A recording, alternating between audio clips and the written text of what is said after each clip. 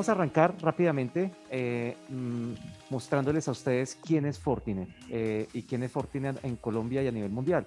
Fortinet es una compañía que nació en el 2020 y que en toda su trayectoria ha trabajado con temas de ciberseguridad, de conectividad y networking. Nosotros somos más de 9.000 empleados a nivel mundial y estamos dedicados específicamente al tema de ciberseguridad que nos compete tanto a empresas privadas como a los ciudadanos del día a día. Tenemos un 64% de participación en el mercado colombiano. En Colombia, más de 16 años, más de 110 empleados trabajando en varias regiones de Colombia, más de 600 en Latinoamérica. Tenemos, por supuesto, con la cantidad de clientes que tenemos en Colombia, un soporte local muy importante. Tenemos un área técnica que soporta a todos nuestros clientes. Así que mi principal objetivo en esta lámina es mostrarles el posicionamiento de nuestra compañía y en dónde estamos hoy día. Si vamos a la siguiente lámina, vamos a dar algunos mensajes que espero no suenen tan apocalípticos, pero sí que nos pongan un poquito en base con la realidad. Todos hemos oído muchas noticias del tema de ciberseguridad. Desde el año pasado, por ejemplo, cuando ocurrió un robo en varias cuentas de Twitter, en donde muchos, como Bill Gates, fueron atacados en sus propias cuentas. Si vamos al siguiente ejemplo, vemos, por ejemplo, una empresa como Garmin, que todos la reconocemos, algunos de nosotros la utilizamos para el deporte, tenemos relojes, tenemos bandas que nos miden nuestro rendimiento deportivo, y también sufrió un ciberataque a mediados del año pasado. Pero lo más importante para Garmin fue que Garmin tiene un tema de GPS muy importante a nivel mundial y trabaja con las fuerzas militares de los Estados Unidos en posiciones confidenciales, las cuales fueron hackeadas.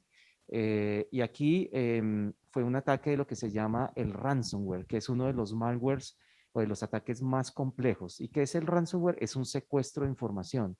Es decir, te bloquean toda la información y para que tú puedas recuperar la información tienes que pagar un dinero. Entonces, este caso ocurrió el año pasado y hubo un pago por el secuestro de esa información. Otro caso muy relevante es que al final el tema de la ciberseguridad se convierte en un tema geopolítico y hemos visto cómo entre Estados Unidos y Rusia han habido muchas reuniones, muchos roces por el tema de espionaje en la campaña presidencial del 2020. Y también por otros acontecimientos que los voy a explicar más adelante, pero esto se está convirtiendo en un tema geopolítico mundial. Si vamos con el siguiente ejemplo, que fue uno de los más complejos y que ocurrió precisamente este año, fue el del oleoducto de Colonia, un oleoducto muy importante de la costa este de Estados Unidos, en donde un grupo de piratas informáticos desconectó con un ransomware la operación de ese oleoducto. Ese oleoducto vierte no solamente la gasolina para los carros de la costa este de Estados Unidos, sino también para los aviones de la costa este de Estados Unidos. ¿Qué pasó? Podemos seguir al siguiente.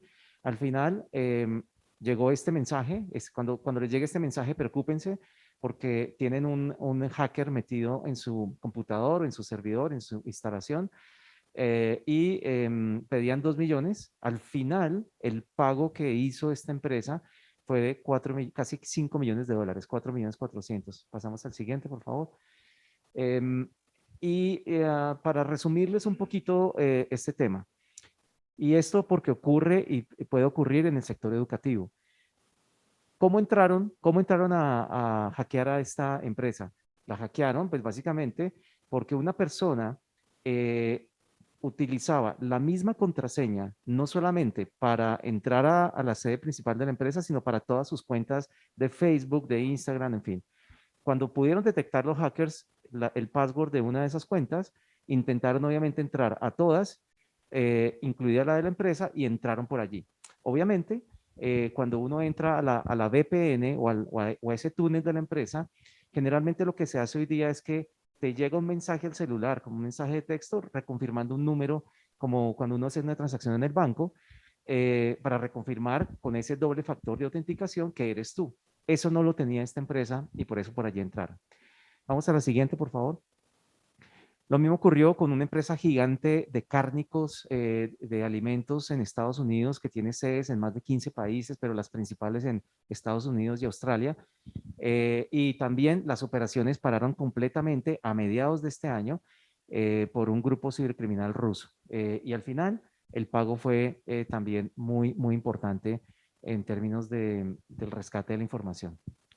¿Podemos seguir, por favor? Y T-Mobile también hace un par de meses, en agosto, tuvo una brecha muy importante de ciberseguridad, donde hubo más de 100 millones de impactos en términos de información como las cédulas, nombres y apellidos de clientes, el número de celular, el email, en fin, información relevante de muchos celulares de T-Mobile que fueron expuestas en algún momento en la red. Entonces, esta es la parte complicada y apocalíptica. Y lo que queremos transmitirles es que esto no ocurre solamente en Estados Unidos, en Rusia, sino ocurre en Colombia. En Colombia, el año pasado, 7.000 intentos de billones de ataques de ciberseguridad. En Latinoamérica, 42.000 millones de intentos de ataque. Y en general, el vector de ataque, pues son los correos electrónicos, que simulan ser una entidad comercial o que simulan ser un amigo de nosotros, y por ahí se ingresan y empiezan a inyectar el malware más conocido y el más mediático, que es el ransomware, que es el secuestro de la información. Si pasamos al siguiente, por favor, vamos a mirar la información que tenemos en este minuto. Si quieres, le das otro clic, de la información que tenemos de mediados de este año. Ya en Latinoamérica vamos en 92.000 millones versus los 42.000 que tuvimos el año pasado de intentos de ataque. En Colombia, 3.700 millones de intentos de ataque. Si le das otra, por favor, y otra más. Eso quiere decir que en Colombia, para que ustedes lo sepan, hay más de 20 millones de intentos de ataque diarios. De esos, ¿cuántos se logran cuando alguien no tiene su cubrimiento de ciberseguridad? Muchos. Y eso los tiene, ese informe lo tiene el Comando Cibernético de la Policía, que andan por el orden de 90.000 en Colombia al primer semestre. Siguiente, por favor. Entonces, la frecuencia de ataques de ransomware, que antes era en el 2016 de cada 40 segundos, hoy día es cada 11 segundos. Entonces, en la siguiente lámina, quiero dejarles es básicamente una reflexión. Existen organizaciones cibercriminales totalmente estructuradas para atacar el robo de información, algunos con propósitos simplemente de robo de dinero, otros que simplemente lo quieren hacer por un tema profesional en su dark web. En fin, pero todo este tipo de formas de atacar son las que utilizan este tipo de personas. Hay conceptos que lo hemos hablado como el ransomware, pero está el phishing, los botnets, el cryptojacking, son muchas formas y medios de tener ataques de los hackers en términos de ciberseguridad. Si vamos a la siguiente lámina, eh, pues vamos a hablar un poquito de lo que está pasando en las universidades, y es que el sector educativo, como muchas empresas, como muchas entidades, viene evolucionando de una forma muy rápida en términos de tener una universidad digital, una regionalización, campus interconectados, analítica del negocio que quiere se hace entender como la forma de analizar toda la información que hay en la universidad, de los estudiantes, la parte administrativa, en fin. Entonces, todo ese tipo de cosas están evolucionando para un nuevo concepto en términos de la educación. Ya no hablamos de teaching, sino hablamos de learning, que son dos conceptos diferentes en términos de la educación. Entonces, esa transformación que hoy día con la pandemia la hemos llamado disrupción digital, porque ha sido impresionantemente veloz, es la que está causando que la superficie digital de ataque crezca y que aumente, y que las puertas de lo digital aumenten y que la ciberseguridad y los peligros aumenten y los riesgos aumenten. Siguiente lámina, por favor. Entonces, con esta evolución de lo digital, pues los desafíos y los riesgos son muchísimos. Uno, mayor exposición de muchos de los sistemas de una universidad. Hay nuevas aplicaciones que las universidades están desarrollando, nuevos conceptos de cómo la estructura o la infraestructura es híbrida. Se utilizan no solo data centers propios de las universidades, sino que se utiliza también conceptos o aplicaciones en la nube. hay modelos de seguridad que se hacen compartidos, accesos remotos, no solamente de estudiantes, sino de profesores, de la plana administrativa, en fin. Esto es a lo que nos ha llevado la pandemia. Y cuando yo estoy en mi casa se convierte en la oficina. Y si yo no tengo en la oficina un router, un Wi-Fi seguro, pues estoy en complicaciones. La conectividad, la red, la adopción de la nube, en fin. El acceso, tal vez es uno de los temas más relevantes hoy día en el tema de la ciberseguridad. Yo tengo que asegurarme que la persona que está tecleando el computador, que la persona que está accesando una aplicación, que la persona que tiene ese dispositivo, que ese dispositivo está apto, que la red es la red correcta. Son muchas cosas que hay que verificar para que el acceso definitivamente sea seguro y una gestión optimizada de la ciberseguridad que no es sencillo. En Colombia, como todos lo sabemos, el tema de la ingeniería, los ingenieros de sistemas electrónicos que manejen temas de ciberseguridad, pues tiene mucho déficit también. Entonces, no es fácil encontrar la gente y también el tener gente que administre una ciberseguridad en una empresa, pues requiere tener herramientas que se vuelvan automatizadas, que tengan inteligencia artificial para tener tiempos de respuesta en milisegundos, porque de nada sirve tener yo una tecnología impresionante, mucha gente en mi instalación, si no estoy dando tiempos de respuesta de forma inmediata. Cuando me llega una alerta, yo no la puedo resolver en 6 horas o en 4 horas, tengo que resolverla de forma inmediata. En 6 horas ya me han robado muchísima información. Entonces, ¿qué es lo que nosotros hablamos en términos de Fortinet en el mercado? Uno es el evangelizar. Nosotros estamos con el Ministerio de las TIC evangelizando a la gente en los conceptos de ciberseguridad. Todos hemos visto que en Colombia estamos hablando de conectividad y sobre todo de muchos municipios, alcaldías donde no hay conectividad. Pero a la par de la conectividad viene la ciberseguridad para que la gente que se está conectando con su celular, con su equipo, entienda los riesgos que haya en la conexión. Entonces, eso por un lado, en términos de personas, procesos y tecnología. Y esto es la parte de tecnología.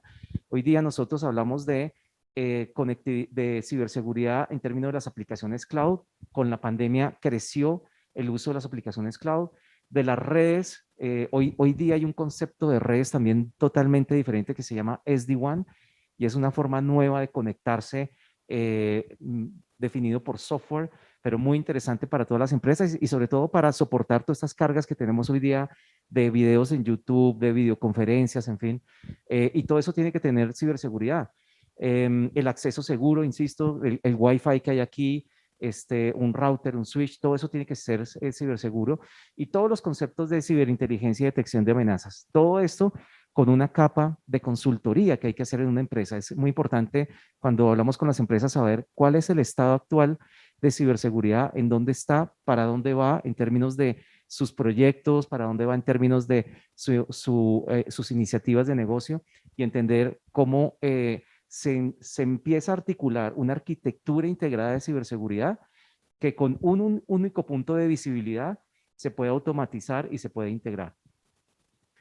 Y es así como en el sector educativo estamos trabajando en estos frentes que hablamos al inicio, la universidad digital, la regionalización, el campus interconectado, la analítica de negocio.